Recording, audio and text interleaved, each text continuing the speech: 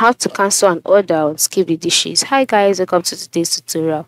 In this tutorial, I'll teach you or I'll put you through how you can cancel an order on Skip the Dishes. So ensure you watch this video to the end if this is your question.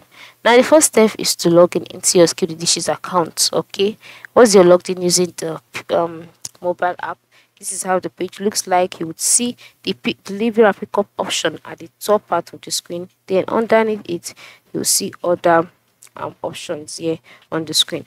Now, once you can see this and you've placed your order, you can cancel your order, all right? But you can only cancel an order that the restaurant has not placed has not sent out courier for. All right, if the restaurant has sent out a courier already for the order you made, you can no longer get a refund.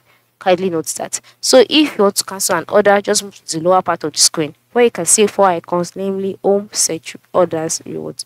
I click on orders. So just click on orders, you'll be brought to your orders page. On this page, you have to select the order you'd like to cancel. Alright, after selecting the order, you want to cancel. Next to the order, you'll see the more options button.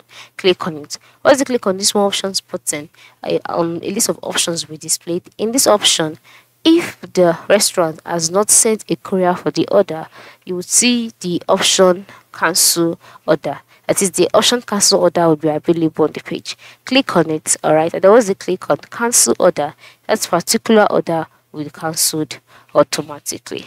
Alright, and from there you'll also be instructed on how you can get a refund of your money. So that is it. That's how you can cancel an order on Skip the Dishes. Thank you and do have a nice day.